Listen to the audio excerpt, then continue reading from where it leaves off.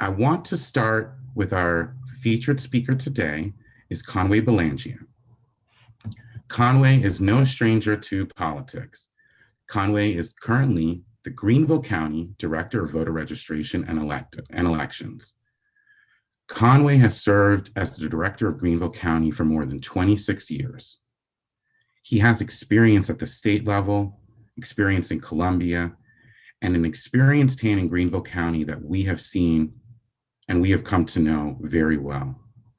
Conway is a distinguished election official as he's won the Moore Award by the South Carolina Association of Registration and Election Officials.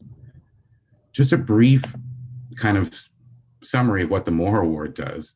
The Moore Award recognizes a professional who best exemplifies the spirit of the organization through continued unselfish giving of time and effort to make the association a more educated, concerned group that promotes training and education in voter registration and election administration.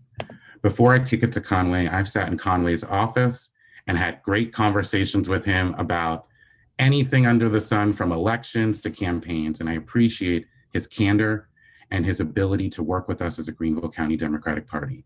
So it's my great pleasure to introduce Conway Belangia. Thank you. I appreciate that. And I do consider what I do to be a civic function, a civic duty. I was brought up that way in the small town of St. Stephen, South Carolina. And my dad was a great public servant on a very small level. And you know, I got my roots in the rural community. By the way, St. Stephen is in Upper Berkeley County. It is, by the way, a part of that educational belt of lack of funding and resources, and so I was very lucky to escape that environment. But I did. I migrated to the University of South Carolina and eventually worked at the South Carolina Division of Research and Statistical Services on reapportionment issues. I eventually ended up at the State Election Commission as a public information person for a number of years. Worked in Orangeburg County as their elections director for a couple of years before I came to Greenville many years ago. 1992 is whenever I came up to the upcountry.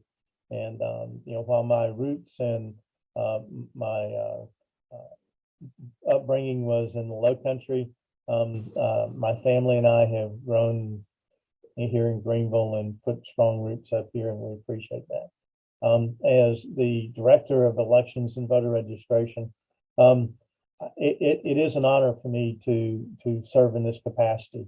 I work with a lot of great people over many years, party officials, elected officials, civic organizations, and it's been rewarding. And I would hope that the growth up here has sort of mirror imaged the growth in population, which has been extraordinary. And you know, I pride myself on being available, and as you so brilliantly put, open. I don't mind talking issues and discussions, and I do go way back. In fact, Brett Bursey, who is also on this program, we go back many years, and back to the initial 2004 HAVA situation. We go back that far, but it's been an honor. Voter registration and elections in Greenville have, you know, we've grown. We've tried to reach out as best we can. We're in charge of voter registration and elections, and that is a very narrow scope. We don't get involved a lot into really outreach programs because we're limited in our resources. We do pride ourselves here in Greenville of conducting fair and impartial elections, and I have a great staff, but more importantly, I have a tremendous group of poll workers that make my job easy. People who are involved in making sure things are done correctly and they're done efficiently, and in dealing with 13, 1,400, 1,800 poll workers in a major election, it's a task, and we deal with a lot of great people, and as always, we deal with a few people that are a fly in the ointment, and we try to minimize those issues and make sure that our precincts are run correctly, that voters are afforded opportunities, but most of all, that they can take some pride in the fact that the election itself is conducted fairly, impartially, and wide open. And so that's sort of where we're at. Here in Greenville, we have over 350,000 registered voters, 151 polling places. We need to increase our number of precincts, but with that comes the problem of polling places, which are always a problem. We've had a few more doors open up recently with our COVID year and our reaching out and asking for assistance. The community has stepped up. A number of organizations have helped us. A number of churches have stepped up and said, hey, we're available if you need us. Our polling places, we look to increase the number of polling places before the next general election by probably 40 or so, based on the census information that we're all still waiting to hear from. Reapportionment will take place, and from that, we will realign a number of precincts, especially our largest precincts that are causing a headache with long lines. We will continue to reach out and seek and try to train up poll workers for elections to make sure that they know what to do and how to do. We will try to make sure that we provide them the resources they need to conduct an efficient operation for allowing people to cast their ballot. Past that, I'm just really going to sort of open it up to, if you don't mind, Elias, to questions and answers and concerns. Again, it's a blank page right now, and right now it's a slow time here in the office. We're headed towards the November odd year city elections and public service district elections. That being November the either 2nd or 3rd, sometime. The date skips my mind here, but that first Tuesday after the first Monday in November, we'll have a number of elections going on, affecting about 75% of the voters in Greenville County, but only about 12 to 14% will participate in those general elections. So I'll leave it there. Absolutely. Well, we'll definitely open it up to questions. A couple of points that I want to get across is Conway was being extremely humble. His staff is amazing. They are very, very, very, very shoestring budget, and they don't make it look like that at all. They smile at you, they're polite, and I know they get a lot of grief. So I want to just thank Conway for his staff. I also want to highlight two important people in our leadership team. One is our voter protection chair, Jean Marie, who has stepped up in a major way. But the reason we have a great relationship with Conway, the ability to go in, is because of our former chairwoman and voter protection extraordinaire, Kate Franch. So I just want to say Kate and Conway can talk at any time. He picks up for her. He knows when Kate comes, she is coming as a credible person, not as a partisan. And I think Conway respected that from Kate, and Kate's ability to come to Conway instead of blowing things out of proportion. It's about relationships. It's about getting to the problem. And I really want to thank Kate for her leadership and Conway for being so open.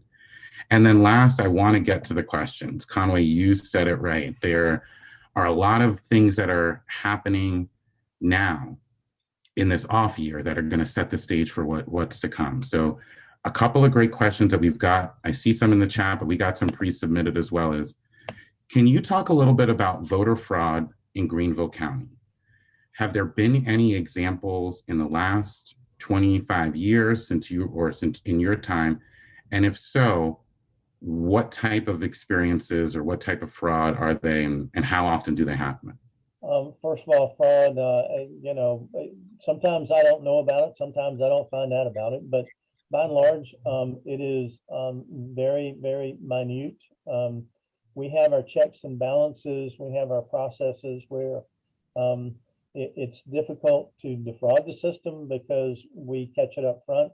Over the years, probably the biggest, and this is, I say biggest problem, but it's really a small problem, of people who have attempted and or voted twice by voting in a primary, I'm sorry, voting in an absentee process, and then voting in a general at the polling place. They actually vote primary, they vote in absentee and then vote in person. That's we get most of those, but every now and then we have a few to slip through because of timing. Whenever we're voting absentee on Monday before an election on Tuesday, we've had a few people to try to vote absentee on Monday and then vote on Tuesday, and it's again difficult to catch, but we've caught them in those situations. We've turned that information over to law enforcement, and after that it gets out of our hands. We've had maybe some people who have registered to vote that should not be registered to vote. That's also a difficult task. The application, which is federally mandated as well as state mandated, we have to take people on their word, and sometimes people will not understand what they're doing. A number of people with language barriers have registered to vote because they really didn't understand what they were signing. They've applied for citizenship, and then they have to come back and they have received documentation that they did participate, and they'll explain that to the immigration and naturalization people, and then they get naturalized and then they participate legally. It's not a major problem. We try to make sure that things are open, and we've had our issues with legal issues with student registration and voting, and we've been in court recently on that. But it's not prevalent. South Carolina has pretty good laws, and if we follow the laws, then most of those fraudulent situations are not allowed to happen. We don't allow people to register in post office boxes. So we're looking for residence addresses, and my staff does a pretty good job of making sure that people are at a residence and not at a post office box or us or whatever. So those are the things that are out there, but by and large, in my opinion, fraud is not a concern in Greenville County. And again, I do stand to be corrected, but sometimes I get tunnel vision because I want things to be so correct. So I'll leave it at that. No, thank you for that. We have a great question from one of the sharpest minds, Steve, in our party. Can you describe the voter fraud reform legislation making its way through the General Assembly? If it's passed, do you think it'll make your job more difficult? Well, there are a number of issues that have been floated out there by way of legislation. Some of those, while they're receiving news hype, I don't know if they'll have a chance in passing. There are issues with same-day voter registration, which is extremely difficult, especially with trying not to let people vote twice, and making sure that people are in their proper districts and making sure they haven't voted absentee. So that same-day voter registration, election day voter registration, would cause our staff a major concern. That means that all the problems would end up being after the election. The processes of voters sending in applications, we've not had a problem with that. We just check addresses and we make sure that that's done. People need to keep in mind that the highway department is not voter registration. They just send the information on over to the voter registration office, and then people get registered. And that's why, we check for post office boxes and things like that. And on the absentee system, which got all the hoopla in the past election, we in Greenville have the resources to check signatures of voters. And we have always done that. We were told by the State Election Commission to stop doing that. And so we did. But that's one of those cases where, while we don't turn down many absentee ballots due to a bad signature, we do catch a few where somebody in a household will vote somebody else's ballot, sign it, and send it in. Well, I'm sorry, you didn't request it. This isn't your ballot, and ballots are issued out to a specific voter. They're not generic. We don't send 5 ballots into a household and say vote them as you want. An absentee ballot is very specific, and that sort of separates us from other states and how they may do things. Right now, absentees are requested.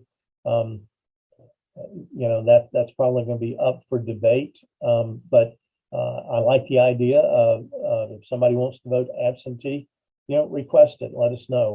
We'll get it back out to you. We voted a lot of people absentee in the last election with very few problems. There are issues about, and I've seen a question to jump up about drop boxes. Now, South Carolina law currently says that if someone other than the voter is returning a ballot, that they have to have written authorization to do that. Now, that's South Carolina law. So the idea of a drop box causes a problem with that, because if the voter themselves is not dropping that ballot in the box, then there has to be a authorization. And so that becomes an issue. That's why we did not adopt a drop box issue. We did adopt and put into play the ability to drop ballots off at locations without having to stand in a 2-hour line for absentee voting. And our mail system did work very, very well, in returning ballots. Other states and other jurisdictions had some problems, but we didn't. We returned about 94% of the ballots that we sent out. And that number's been pretty consistent over time, even when the mail system was a whole lot better than it is now. But the mail system causes a heartache in that process. So after beating around that bush a little bit, I hope I sort of covered that area. It's just it's a magnitude of phenomenal votes, and to think that we voted 200,000 people in the last general election here in Greenville County. If you think about it, that's pretty phenomenal. And we take on the task individually, and we try to adhere to state law as best as we can. Thank you, Conway. And another follow-up question to that is, what can average citizens on this call or volunteers, in your estimation, do to prepare voters for the next election? What can average people do to help prepare you and help your job make your job easier for the next election? Two real issues on voter registration, and then I'll discuss elections. On voter registration, one, make sure that people are registered and that they're registered at their proper address. And we deal with address changes. Those address changes slow down things at the polling place where people show up. Oh, I didn't change my address. I now live right down the street here. That really causes a problem for us. The ID issue, if especially in the older communities, assist people in making sure they have that proper ID to vote at a polling place. If they don't have a valid South Carolina driver's license or the ID card, and they have difficulty, as long as they get registered, we can get them the picture ID. It's free out of the office. The kicker is that they have to be here in order for us to take the picture. But now is the time to get into some of those issues that hide in the bushes until election day, and correcting the address and making sure people have that proper ID. If they have difficulty with that, are two major issues under voter registration. As far as elections go, I totally believe that the absentee system is excellent. It works good, and it should address those issues of people who have difficulty getting to or standing in line at a polling place, or totally homebound, or they're assisting a homebound person.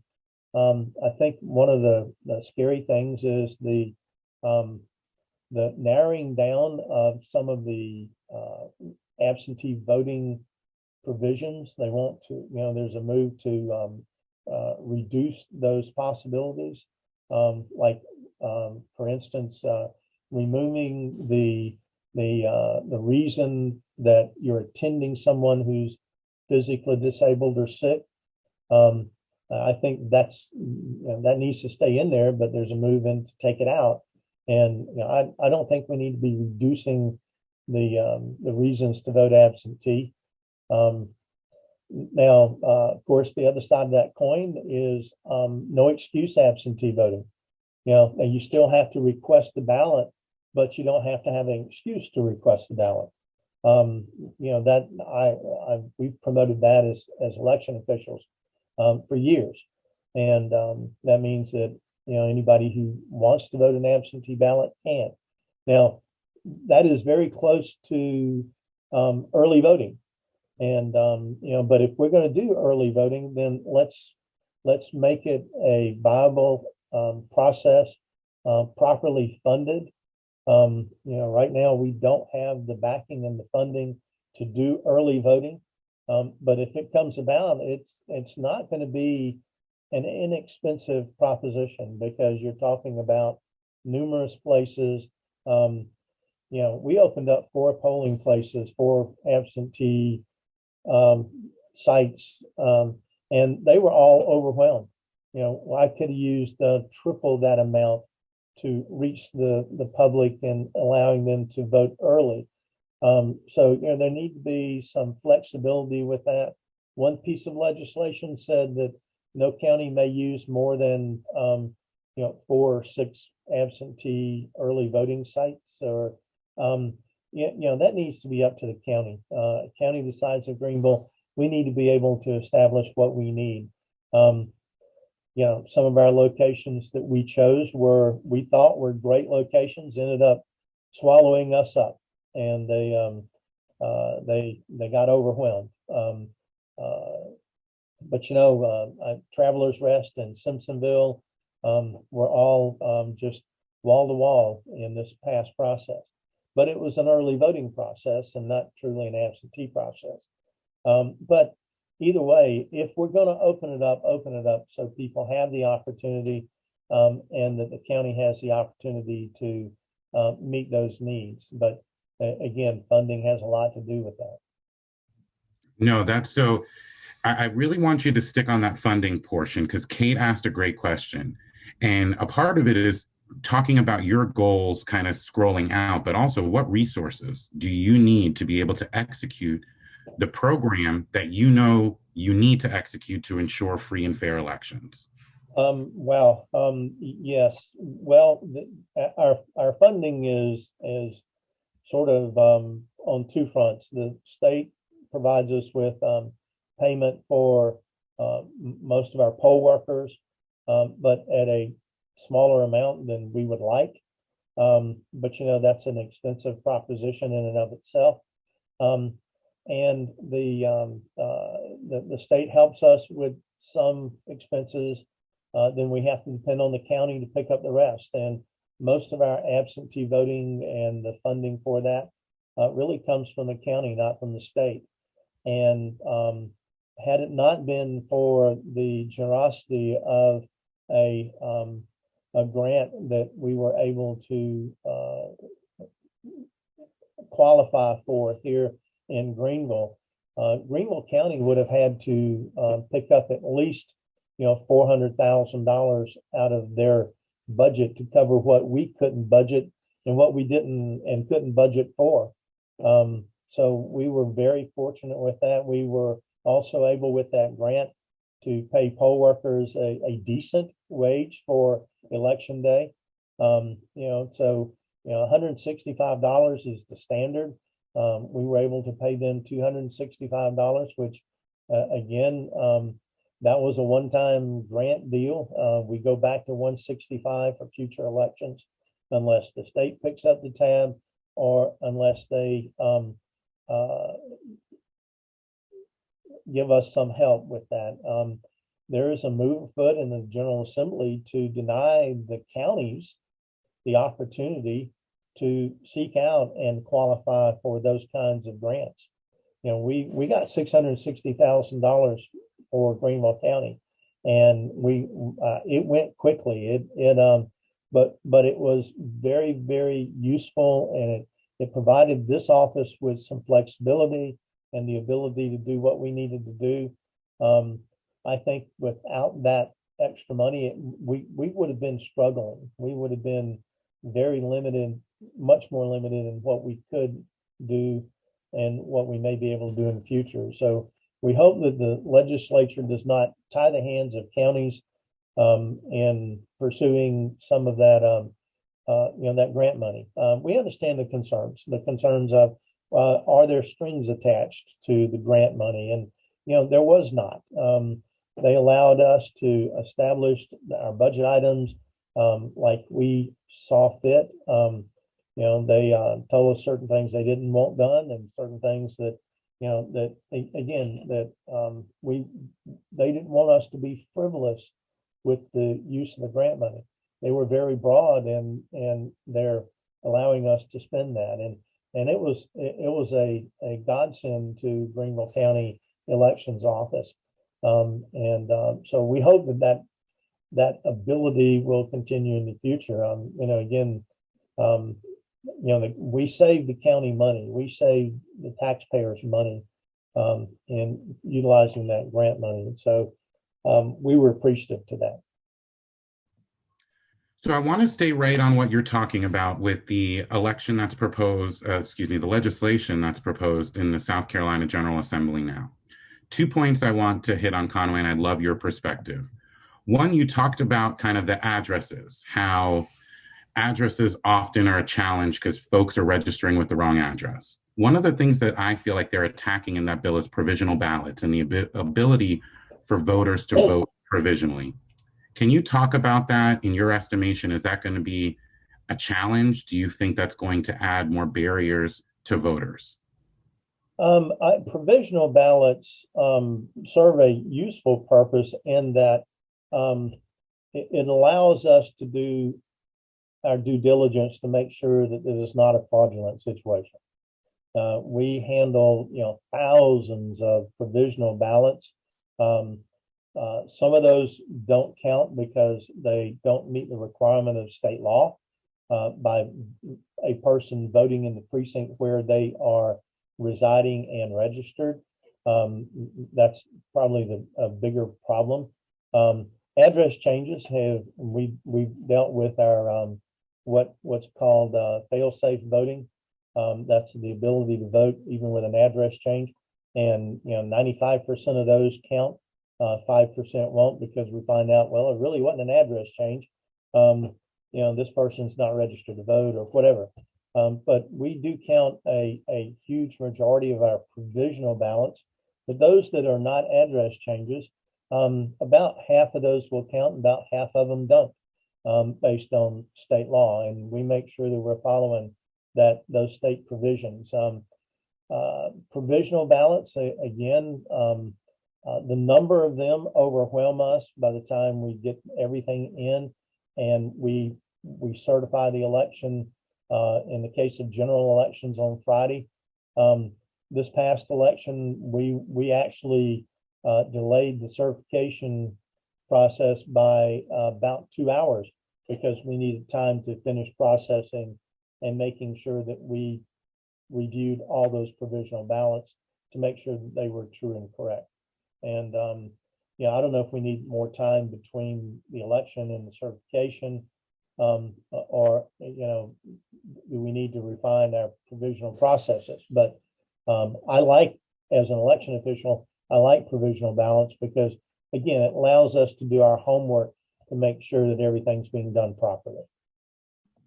Great. And then one thing that you talked about was the resources and the allocation, and how you're doing a great job, but there's never enough resources. One of the changes that's very scary to me in the bill, for several reasons, there's the proposed witness identification requirement. And it seems to indicate that a witness must be, one, a registered voter or have a driver's license when they witness that person on their ballot. They have to put that number on the voter register, or their voter registration number on that envelope.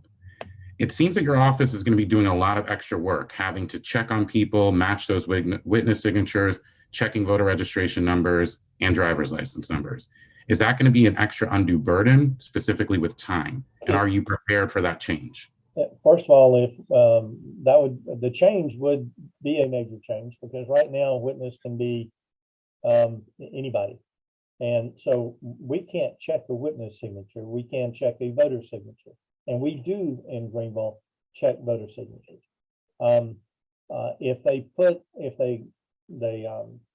that extra stuff on a witness, it would be definitely an overwhelming situation to try to verify a witness and that information. And did they give you a good voter registration number? Transposing one number out of 7 or 9 digits is easy to do, and then it puts us to hunting those problems. And it would definitely overwhelm our office. That's a scary notion for all election offices. Most of the smaller counties don't have the ability and the resources to even check the voter's signature, much less a witness signature. And is that a burden or undue burden? I think it's an undue burden, but I have to be careful, because my job depends on the legislature in an indirect way. As always, I'm an election official, and if state law is passed and they tell us to do X, Y, Z, then we're going to do X, Y, Z. If they pass a law and they do away with X and only Y, Z we have to do, that's fine too. We'll do it. If we're told to scrap our voting system and count ballots by hand, in every precinct for every office, that's probably going to cause me to quit, because that's a magnitude of that I'm not willing to put my reputation on. We do a great job in South Carolina and in Greenville to make sure that the voting systems that we use whichever one we are required to use, that we do it to the best of our ability, and that we make sure that all voters have that access. And but some sort of tabulation system has to be in place. We've got a good system now with a paper ballot and an electronic tabulation with an audit system to make sure that the tabulation is doing what it's supposed to in a sample situation. We don't go count every ballot that's cast, but we do take certain precincts and we do hand count to make sure that the tabulations are doing their proper function. And we will always continue to do that testing and making sure that we protect the system. It's never attached to an internet system. The hacking would be very, very difficult. I'm not going to say impossible, but very difficult. But we do a good job in the state and in Greenville County with making sure that we get our ballots properly cast. Thank you, Conway. And this is the last question, and I left this one for you because I know how excited you get. Conway and I spoke for at least 2 hours just on redistricting. It was one of the best conversations I had. So Nia Payne Thomas asked a great question. How can average citizens understand the redistricting map? And I know you can't give us official numbers because the census has not come out, but what would you see as some changes on the horizons, or what are some changes that might happen in your estimation? Great question, Nia.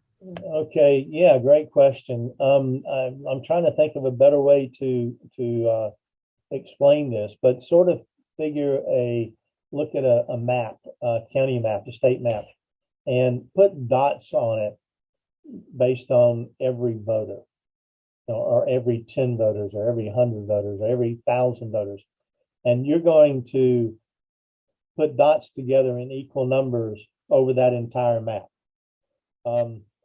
Where you've got cities and population centers, you're going to have a major concentration of dots. Well, guess what? That means you're going to have a major concentration of individual single member voted districts. You always understand that the northern part of Greenville County and the southern part of Greenville County will have the larger districts in terms of land area because there's less population. As you get into the city of Greenville, the city of Malden and Simpsonville and places like that, that means that those districts are going to be drawn smaller for that function. And all these districts are different sizes. County council will have districts of 40,000 people.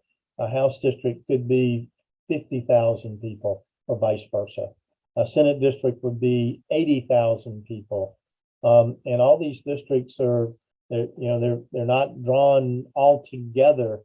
They'll draw the House districts, then they'll draw the county council districts. By the way, that's two different organizations. Then they will draw school board districts, and then they will draw congressional districts, and they're all being drawn, some by the same group, but mostly by different groups, but with different ideas and different numbers. And so it's a mixed mash, and becomes very difficult to explain whenever you take all of those districts and put them on one map. You can't read the map because they all cross over and subdivide, and it just makes it tough.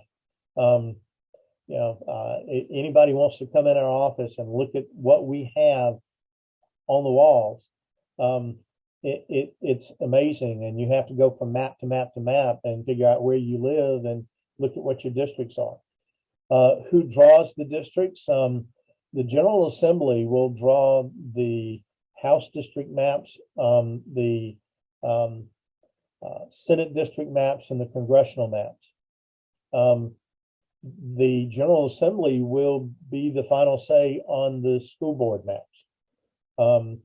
County Council will draw county council maps. The individual city districts in the city of Greenville and the city of Greer will be drawn by the city of Greenville and the city of Greer. Now who they contract with or who they use to formulate those plans and present them, that's up to the body that's drawing the lines. The legislature will use their own staff. They will also probably use staff from another agency. The counties and the cities will probably contract with various, hopefully, agencies to draw theirs, but they could go private with the drawing of their lines. But the final say is with that governing body. So hopefully that helped get the answer to that question as best I can do it here, Eli. Yes, you did. And Conway, we can talk all day. I know there are a million other questions, but I want to definitely give Brett his time as well. I want to thank again Conway for taking his time. And I also want to tell you, many of our members personally told myself and our communications director, they appreciated the way that you all enforced the COVID restrictions. You guys were very diplomatic, but made sure people had masks. Your staff made sure people were socially distanced. And for me, I want to thank you personally. And a lot of our members noticed that. And we want to thank you because it was the right thing to do. And we know the right thing to do isn't always the popular thing to do. So we really want to thank you for that. We were following as best we could the CDC guidelines, and we wanted to make sure that people were as safe as they possibly could be. It was a difficult situation, but the voters stepped up and our poll workers stepped up, and we didn't have any complaints, and that was wonderful, considering the magnitude of what we undertook and just the size and the scope. Thank you for the opportunity. I'll wait to hear what Brett has to say. I appreciate his work and his service to the state of South Carolina, and I just wanted to make sure that you knew that, Brett, before I mute myself here and listen. And again, thank you for the opportunity. I'm open anytime. Anytime anybody wants to come by, come on. I'm usually here, or I at least as close as a phone call. And I do return 95% of my phone calls.